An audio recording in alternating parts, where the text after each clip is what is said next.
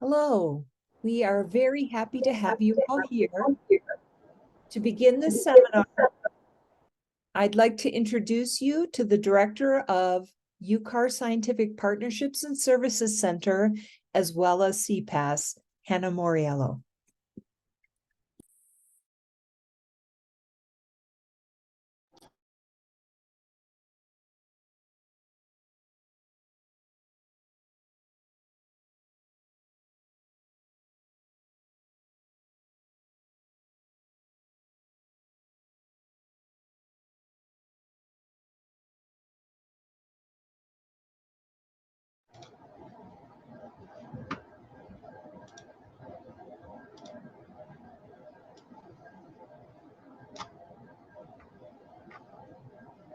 Hannah, we can hear you. Go ahead. Okay, thank you. Welcome, everyone. We are delighted to have you attend the CPAESS Discovery Seminar Series. CPAESS scientists do everything from explore our ocean depths, to fly into hurricanes, to take critical measurements, to heliophysicists modeling coronal mass ejections, to those who unravel the mysteries of the Arctic. And we want to share this with the public, the NCAR and UCAR community, and our many colleagues at universities across the globe. Just to orient you all, we are using Slido located below the presentation screen so that you can pose questions for our speaker at any time during the seminar, and they will be answered after the presentation. Today, it is my sincere pleasure to introduce to you today's speaker, Dr. Baoqiang Xiang, who is a UCAR CPAESS Project Scientist working with NOAA's Geophysical Fluid Dynamics Laboratory, GFDL. Bao's research focuses on numerical model development and large-scale climate variability and predictions. He is currently leading the development of the GFDL subseasonal forecast system and is co-leading the GFDL's next generation atmospheric model. Bao is also a recipient of the WCRP, WWRP International Prize for Model Development. Today, Bao will share his recent work with his seminar, An Emerging Asian Aerosol Dipole Pattern Reshapes the Asian Summer Monsoon and Exacerbates Northern Hemisphere Warming. Please join me in welcoming Bao.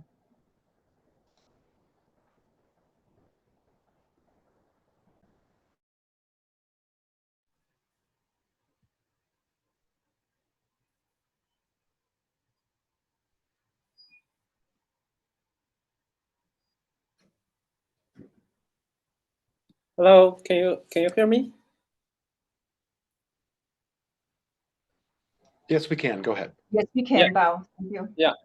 Yeah. First, I would like to thank Hannah for giving me this opportunity to give this presentation. The title about my presentation is about an emerging Asian aerosol dipole pattern reshapes the Asian summer monsoon and exacerbates northern hemisphere warming. And I also want to acknowledge the contribution from my collaborators, Shangping Xi, Sarah Khan, and Ran Kwarma. So a little bit of background about the aerosol. Why do we care about aerosol in climate? So there's many different sources for the aerosols, like it's from the urban and industrial emissions. This is mainly like the anthropogenic sources. There's many other natural sources like the dust, fire, biomass burning, and the sea salt. So in the climate research, we care about the aerosols because of it has a strong impact on the radiation. One is called the direct radiative force because it can absorb and also reflect the incoming shortwave radiations. At the meantime, the aerosol is also an important nuclei for the formation of cloud droplets and also ice crystal formations. So The aerosol can influence both the radiation through this both this direct and indirect effects.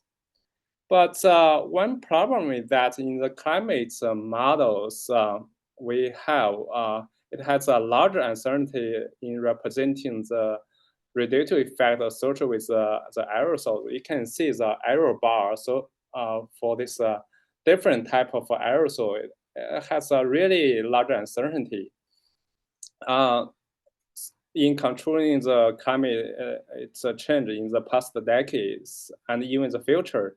So understanding how this aerosol influence the climate is a really important topic in our field. Here I'm showing this observed our aerosol uptake depths in the last 20 years. You can see there's a large loading in this Asian region, like India and China, and also in the North Pacific. There's because of this advection associated with this mean flow in the ocean. There's another important sources in the Africa region that is mainly due to the dust and also the biomass burning in these regions. So in the Asian region, it's mainly due to ancestral projecting force, but in other kind of regions, it's due to natural emissions. So this is a climatology aerosols, but in the historical period, like 20th century, there's a dramatic change for both the aerosol and the greenhouse gases. Here I'm showing this radiative forcing associated with this aerosol in the 20th century. You can see there's a large negative value in the northern hemisphere, including Europe, Asia, and the North Pacific regions. There's a large in hemisphere contrast. There's a more cooling effect in the northern hemisphere than the southern hemisphere. At the meantime, you can see there's for these greenhouse gases induced radiative forcing, the pattern is relatively uniform. Also, there's a maximum intensity appear over the tropical regions. If you do a correlation regarding these two patterns for the forcing between aerosol and greenhouse gases, that correlation is very close to zero.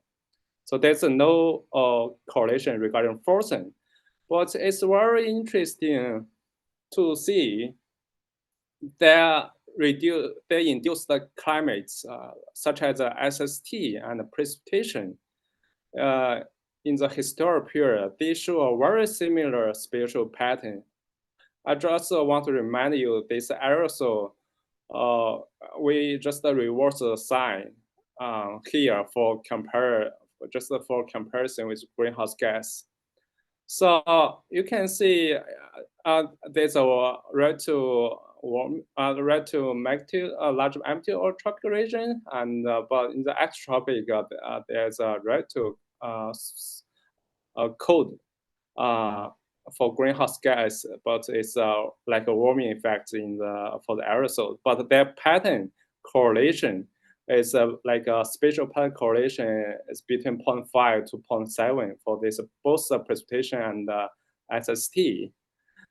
Also, it's very interesting because of the forcing we applied in the model is very different. They have different spatial pattern, but the resultant climate response in the system is show a very similar pattern. So it indicates the similarity is due to some common LC feedback processes, such as the wind evaporation activity feedback. And also this is, we argue, is due to the homogenization effects in the tropical temperature adjustment, especially in the uptroposphere or the tropical region. The aerosol and greenhouse gas can induce the uptropical temperature response. It can further modulate other regions through kind of teleconnection effects. So here I'm talking about this like a historical period and global scale. How about the aerosol changes in the last 50 years? Here I'm showing this aerosol optical depth linear trend from 1970 to 2019. So you can see there's a clear continental or hemispheric shift from the Western hemisphere to the Eastern hemisphere, like the North America and Europe. There's a substantial reduction of the aerosol emissions. If you look at the time series, they have the peak in the 1980s, but after that, the aerosol emissions reduced dramatically. At the meantime, we found that the aerosol emission and AOD, also optic depth, there's an increase in trend all the Asian, including India and also China. You can see this is a very large scale shift regarding this AOD. So what is the climate impact associated with this continental scale shift of aerosols? This is a very interesting. There's a lot of recent studies. Here I just highlight several papers about the consequence related to this hemispheric shift of aerosol emissions. So the left panel showing the tropical cyclone genesis changes in, from the last 40 years. You can see in the recent, there's a kind of reduction of tropical cyclone genesis in the Western Pacific and also the Southern Hemisphere. But in observation, we found a significant increase of tropical cyclone genesis in the Atlantic region. So what caused this pattern, whether this is due to natural forcing or natural variability or due to anthropogenic forcing is a big question. So a recent study by Murakami, 2022, they argue that the shift of aerosols, as we mentioned before, from the Europe, North America to Asia can modulate this TC genesis. You can see they have a kind of similar pattern with the reduction in the Southern Hemisphere and the Western North Pacific, but increase or the Atlantic region. It shows a very similar pattern with the observations. It indicates the aerosol change can contribute this extreme events genesis. But I want to draw your attention that they have different color scales. You can see here, the maximum is a 0.06, here is a 2. So it gave some kind of indication that probably the aerosol have some contribution, but there's maybe have some other factors also contributing to this pattern formation. Another work is about the Eurasian westerly jets. The left panel shows this zonal wind at 200 millibar. Contour is the climatology. This is a so-called, you can see there's a maximum center here. Eurasian westerly jets. In the observed period from 1979 to 2019, there's a kind of reduction of these westerly jets. It has a strong impact on the local hydro climates. So understanding what causes this is important. So based on one study done at all in Nature Communications, they argue that the shift of aerosol from the Europe to the Asian region, they can lead to this reduction of westerly jets. Why is that? They argue that because of a reduction in aerosol and increased aerosol, they reduce the temperature gradients in this region, so the westerly jet is also reduced. So related to this Western Eurasian Western jets, there's also a Nature paper this just published last month probably. They look at the summertime high mountain Asian precipitation. You can see this is the Tibet Plateau. They did a year of analysis of precipitation. There's an increased precipitation here, suppressed precipitation in the southern flank of Tibet Plateau. And if you look at this southern region of Tibet Plateau, they have like a decadal variabilities. But if you look at the period from 1980 to 2020, there's a kind of reduced precipitation in, from positive phase to negative phase. So they argue that this variability is coupled to the aerosols. How does the precipitation link to the aerosols?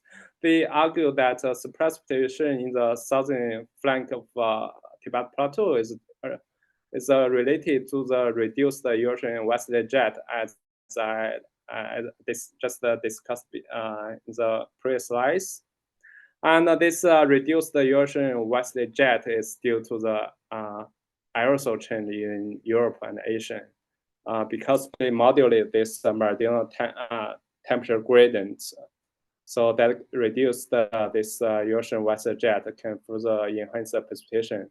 So this precipitation change in this region has a huge socioeconomic impact because it serves as major water sources for around 10 major rivers in this region, and also there's about 2 billion people are surrounding these regions. If we can know the consequence for the precipitation, it can help the policy maker to make a long-range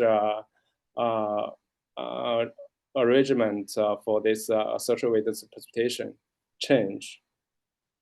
So I talk about like a global scale in the from 20th century, and also the last 50 years is like a continental scale shift of aerosol emissions. Let's go to a little bit smaller scale. It's we call the regional shift of aerosol emissions or Asian in the recent decades. China has established a clean air action from 2013. After that, there's they have a very strong policy, ambitious constraint of these aerosol emissions in many cities, many regions. You can see this is based on some ground observations from 2013. The PM 2.5 has reduced about 40 to 50% from 13 to 2020 within 7 years. That is very aggressive changes. And meanwhile, CO2 does not change that much. But you can also look at the sulfur oxygen. It has a dramatic reduction from 1 to 0.3. It's like a 70% reduction of sulfate aerosols. The right panel shows this trend of PM 2.5 from 2015 to 2019 within 4 to 5 years. You can see for 1 year, there's a reduction of about 10 to 12% in many regions. This is Beijing. You can see it's a dark blue. It means probably about 12%. There's a very large reduction. Another center is for the Yangtze River Delta region, including Shanghai.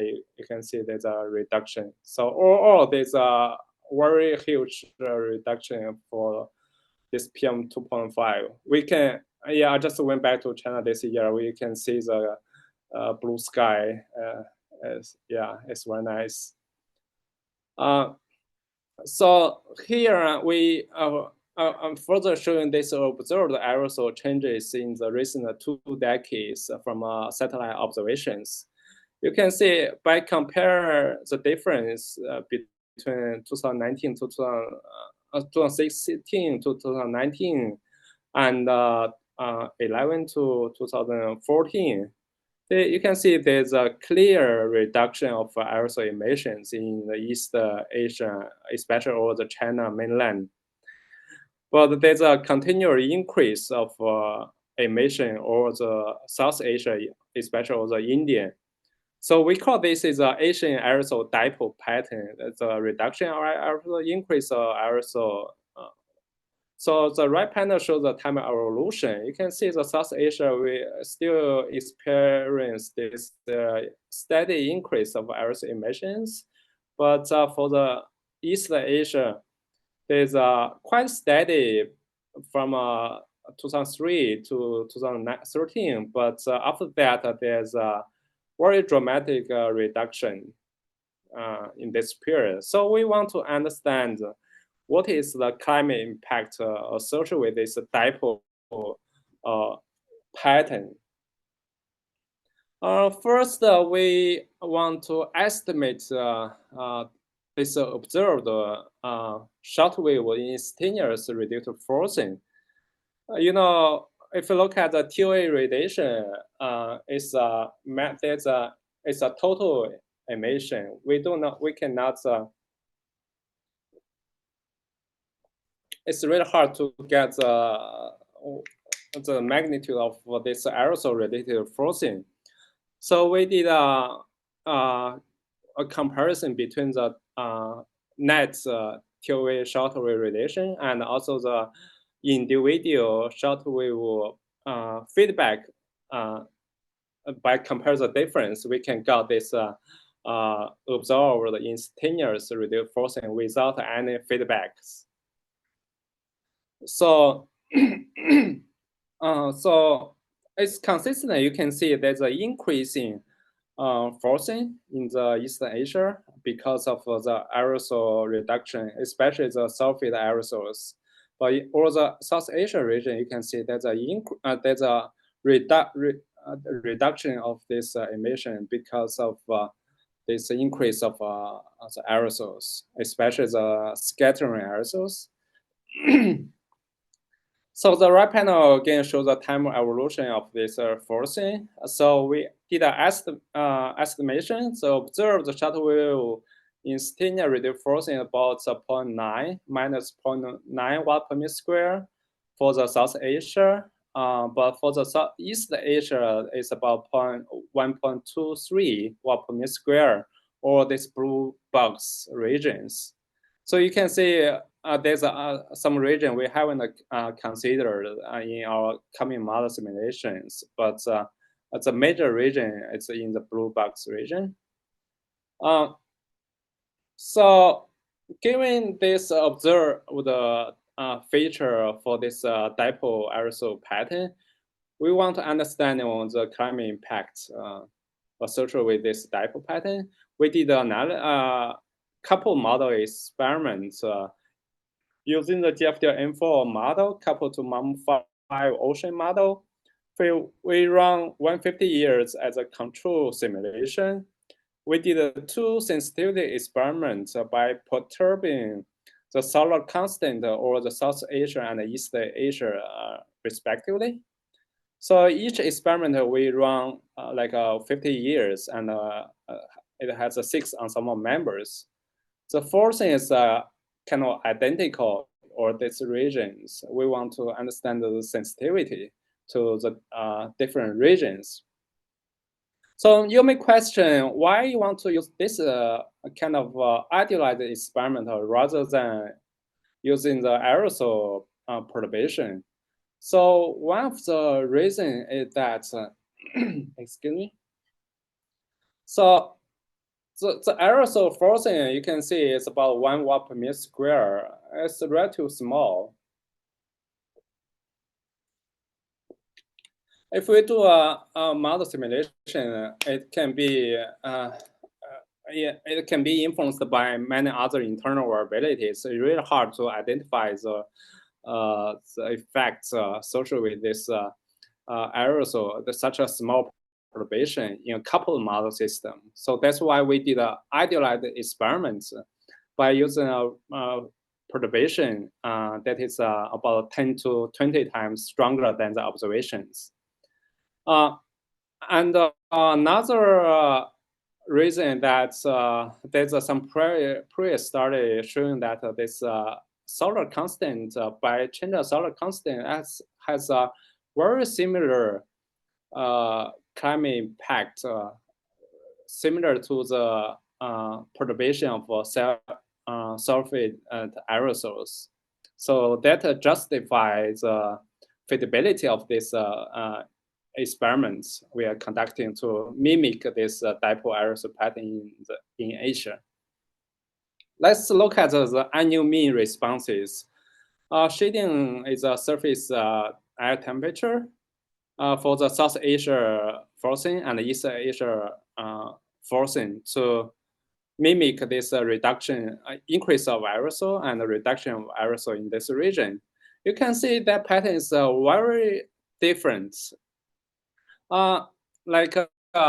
Give some kind of example. You can see the response is mainly all the tropical oceans, but there's a relatively small signal in the high latitude. And the circulation is kind of weak for the South Asia forcing than the East Asia forcing. Especially like the East Asia forcing, we saw very strong anticyclone circulation in the hemisphere, North Pacific. In the North Atlantic region, there's a North Atlantic oscillation pattern, and in the Europe region, there's a very large amplitude in associated with this temperature increase. And we also look at the global mean surface response. This one, East Asia forcing has almost a double of the temperature response compared with South Asia. And also there's a strong land-sea contrast. For the South Asia forcing, there's almost no difference between land and ocean. But for the East Asia forcing, we found it's about 2.6 times more warming over the land region compared with the ocean. More interesting that we found this East Asia, there's a very strong hemispheric contrast. There's about 7.6 times stronger warming in the northern hemisphere compared with the southern hemisphere. But for the South Asia forcing, there's almost no hemispheric asymmetry. So how to understand this difference is I'm trying to address in the following. So yeah, I also show this annual and the zonal mean response as showing the shading the temperature, and the black contour is zonal mean, zonal wind. You can see and the temperature is kind of quite symmetric for the South Asia forcing. Even the forcing location is in the equatorial region. This asymmetric is much more evident for the East Asia forcing. You can see the temperature, there's a maximum warming or the northern flank of the forcing regions. And there's also a southward shift of the jet location as shown in this contour line, zonal wind. So we also want to quantify the this Asian aerosol dipole pattern induced climate impact. So as I mentioned that we estimated the forcing magnitude, and also we know the magnitude of this forcing in the model simulations. We did a scaling analysis, and the EA forcing East Asia forcing plus about half of the Southeast cooling can represent this observed Asian aerosol dipole pattern.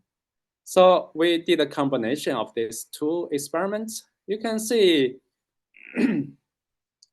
this is the surface temperature and also the 200 millibar Geophysical height.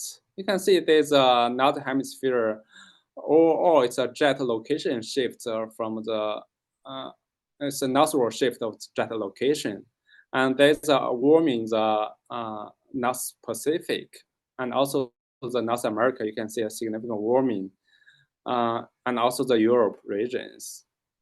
So we did a scaling analysis by scaling the observed short wave instantaneous forcing.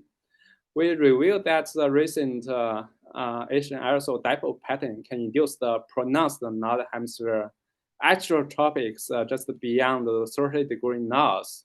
So warming magnitude is about 0.024 in this north hemisphere extratropic region. Particularly, all the Europe region is 0.049.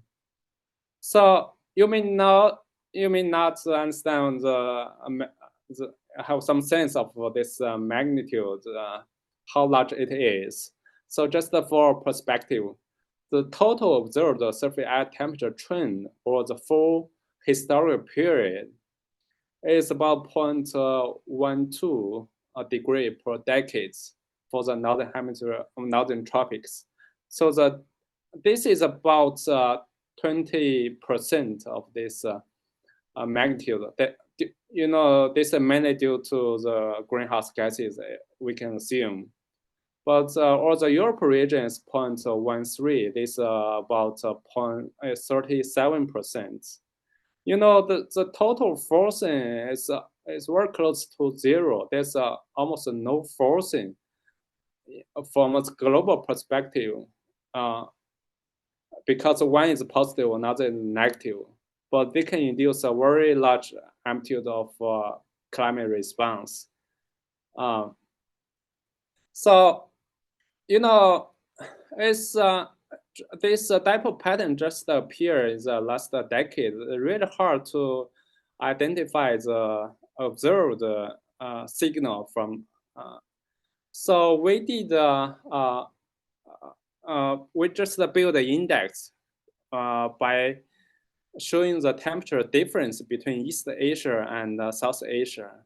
So the contrast of the temperature difference. And we did a correlation with the Geophysical height as shown in the contour line and the surface air temperature in the shading. So you can see in the historical period, this dipole pattern can well represent this model's similarity resource. You can see there's a maximum warming in these two regions and also the North America. Also the center kind of shifted to the source. But overall, the patterns are very similar in the North Pacific, in the Northern Hemisphere, including the Pacific region. There's a relative cooling here. A model, we can also see a relative colder here in the Pacific regions. So let's move to the summertime. We previously showed the annual mean results with the 6 ensemble member. Here we look at the summertime from July to August. Shading shows the precipitation response to the South Asia and East Asia forcing. You can see with this increased aerosol, there's a reduction of precipitation. And also the monsoon westerly is also reduced. Interestingly, you can also see a significant increase of precipitation over the equatorial Pacific and also in the Africa Sahel regions. But there's not much signal over the East Asia. Associated with this East Asia forcing, we can see there's a local cyclonic circulation, and also there's a westerly monsoon circulation is enhanced from the Arabian Sea to Bay of Bengal to South China Sea. So the response can penetrate to the South Asia regions. Meanwhile, there's also increased precipitation in the downstream. Although we applied the forcing in this region, there's increased precipitation. This is associated with the SST warming, as we mentioned before. I will emphasize that this part of SST and precipitation is very important to understand these global teleconnections. So another thing is South Asia aerosol increase can lead to about 2.7 times stronger land precipitation changes or these frozen regions than the East Asia. You can see the East Asia precipitation response is relatively small compared with the South Asia or the land regions. That's very interesting. And here shows the surface air temperature and 200 millibar jump height responses. For the Southeast Asia, you can see the temperature response is relatively small, as shown in the shading. And the Japan height, there's a low pressure center just north of this frozen region. But for the East Asia frozen, you can see it's like a global scale response. There's a very large signal in the northern extratropic regions. It's corresponding to the northward shift of jet location. And also there's a 5 centers, one here. It's wave number 5 circumglobal teleconnection patterns. And also there's a acid warming in this region. You can see North Pacific. So you may wonder why their response is so different. Also, the frozen location is not that far. It's about 4,000 kilometers between these two regions. From a global perspective, it's not that far. Why their response differs so much?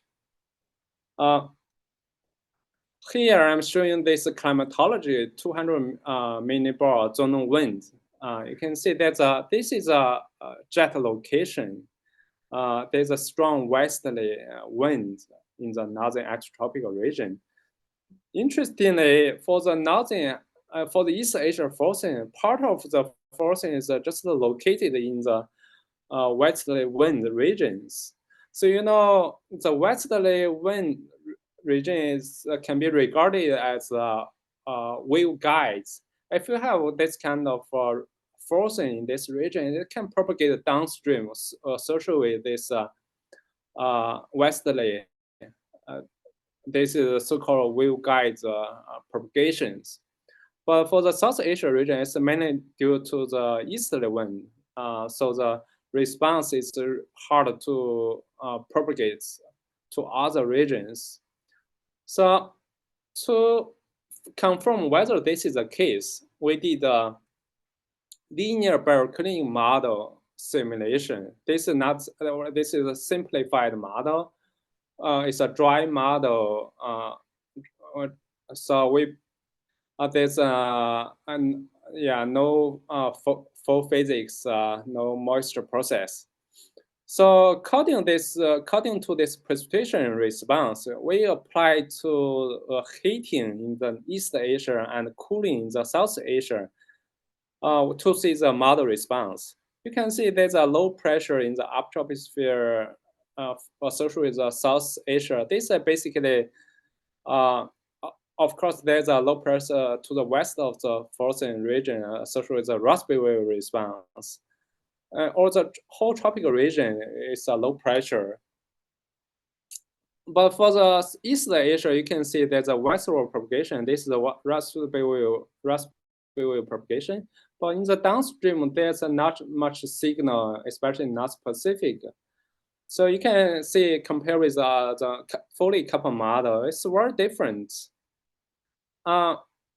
It's give an indication that the regional frozen cannot reproduce the fully coupled model results. So what happens?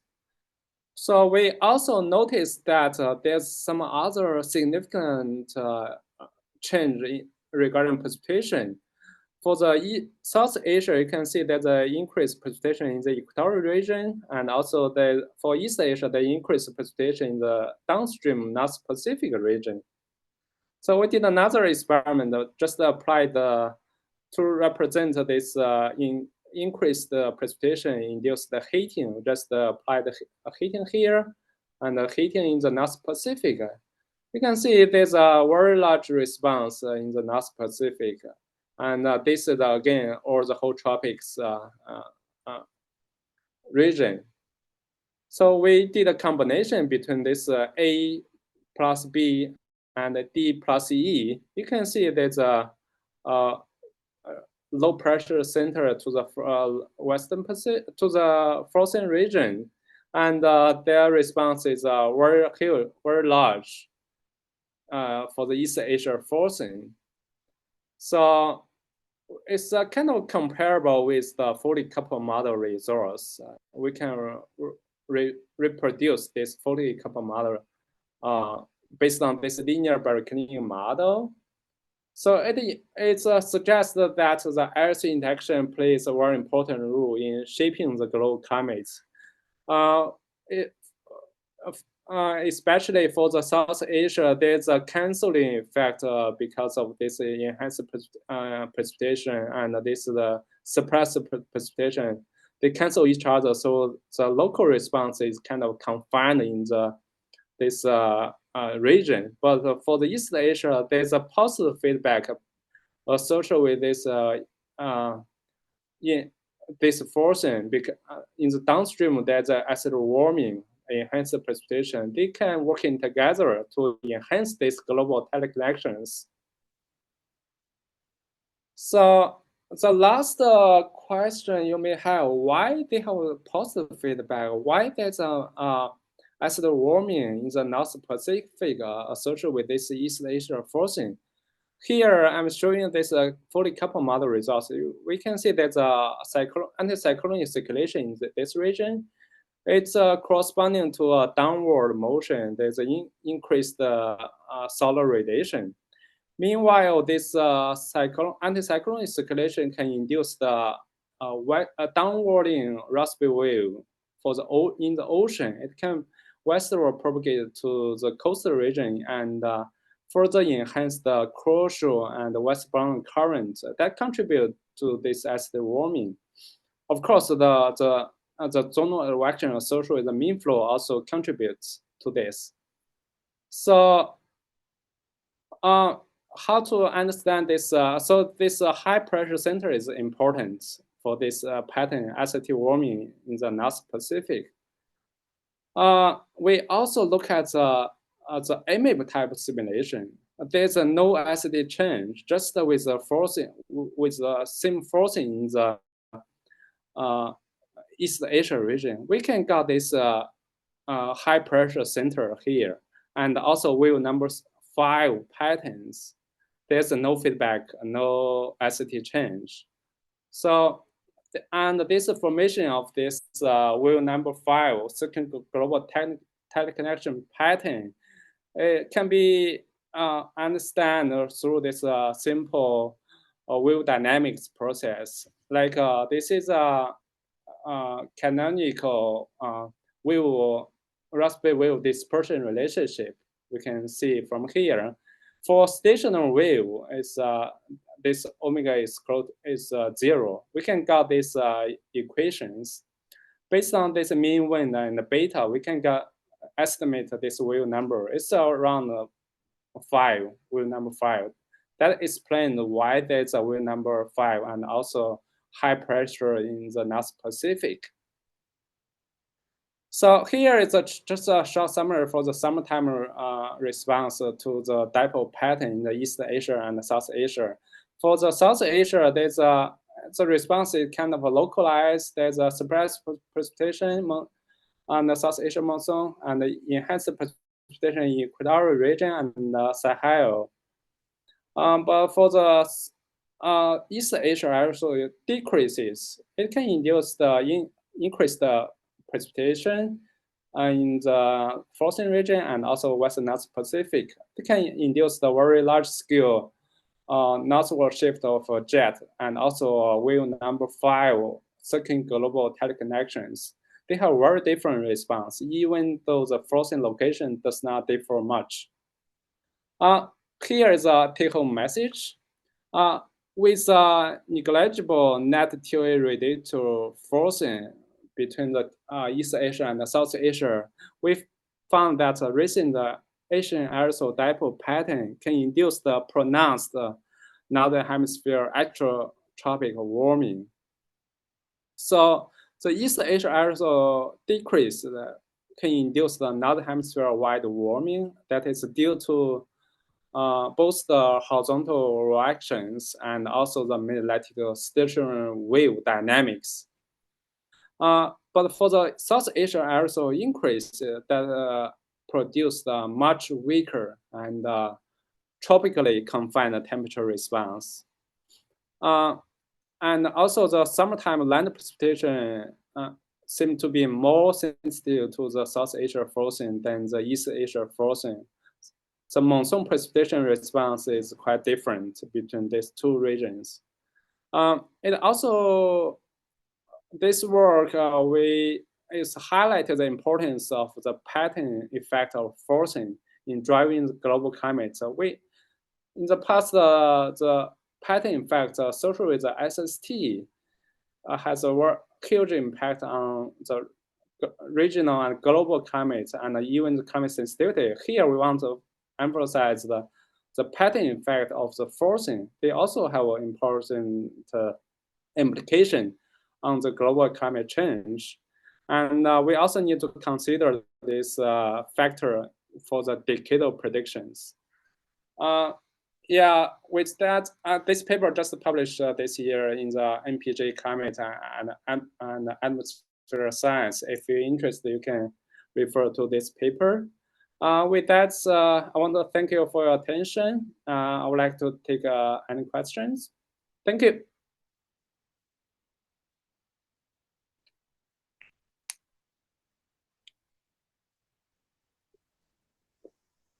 Thank you very much for sharing your work with us, Bao. We really appreciate it. Now to the question and answer portion of today's seminar. I'd like to direct everyone's attention to the QR code on the screen there if you have more questions for our speaker. And while you're doing that, I would like to invite you all to attend our next seminar on Wednesday, February 21st at 11, when we will have Philip Hartman, CPAESS Associate Scientist and Marine Archaeologist, working with NOAA's Office of Ocean Exploration speak. So please join us for that talk in the next year. Our question is, the idea to use solar radiation to mimic the aerosol effect is smart, but I wonder if experiments with 10 to 20 times larger emission give you similar results. Aerosol might have different impacts on the climate than the solar radiation. Yeah, to address that, I want to show you, I think I can find one paper here by Samsat 2016. They show this increase of solar by 2%. And also you can see the sulfate aerosols increase. This, if you look at these two experiments, their pattern is so similar. This is the precipitation response for both the fast and the slow response. You can see the precipitation, also the signs are opposite, right? So I would argue. Bao, could you share your screen if you're pointing out an illustration? Yeah, I'm still in the presenting mode. I did not. I think you have to reshare it because we kind of hijacked. Okay. Okay, sorry. Disable. Okay.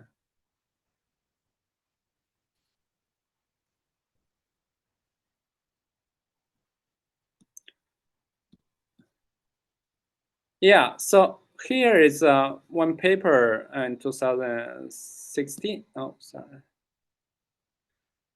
One is associated with this solar forcing is increase 2%. Another is due to the sulfur oxygen increase.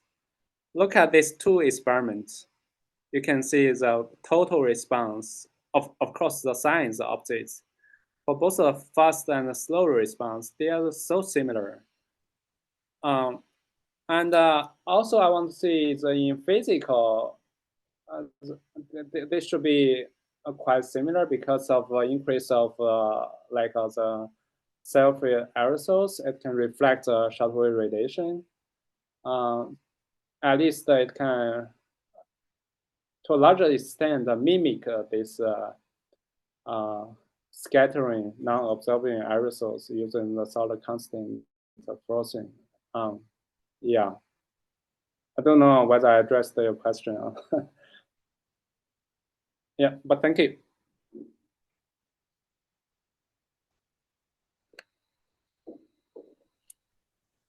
I believe we have one more question, and folks, please do enter your questions if you have any. What new approaches would you like to take in the continuation of your work? What new approaches? Yeah, I would like to, to look at some aerosol, real aerosol forcings to further understanding this. Because here is more like the direct effects. There's some indirect effect associated with the cloud change. I will also look at probably some other models to see whether this can be. I know this is very sensitive to the models. Probably we can compare with the other model to see the robustness of the results we got from here. Yeah.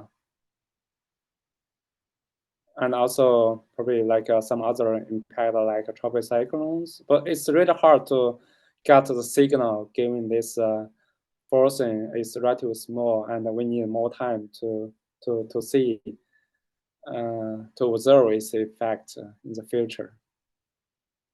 Thank you. Thank you, Bao. Do you think the reversal of SA forcing expected due to air quality concern in the future will produce the same but opposite response, or the ocean response will be different due to cooling versus warming? Yeah, that is a good question. I would expect there's some asymmetric nonlinear response regarding the cooling and warming. So yeah, but I haven't done this experiment yet. That would be very interesting to look at that. So I remember there's some previous study may show some kind of nonlinearity regarding the sign of the forcing. So yeah, thank you.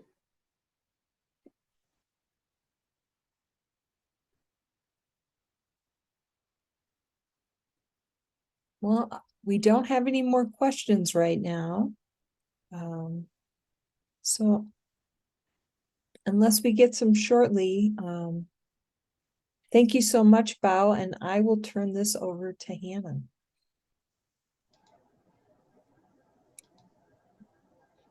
Thank you, Dawn. I would like to thank you all for coming to this UCAR-CPAESS Discovery Seminar, and also remind you to go to our website to find out future talks at cpaess.ucar.edu. Here you will be able to find a link to this talk after it's uploaded to YouTube. Bao, our sincere thanks to you for sharing your important work with us. Thank you also to Brett Batterman of UCAR Multimedia Services for his invaluable assistance. I hope to see you for our next CPAESS Discovery Seminar on Wednesday, February 21st. Good afternoon, everyone. Thank you. Thank you very much. Thank you. Have a good rest of your day. Bye.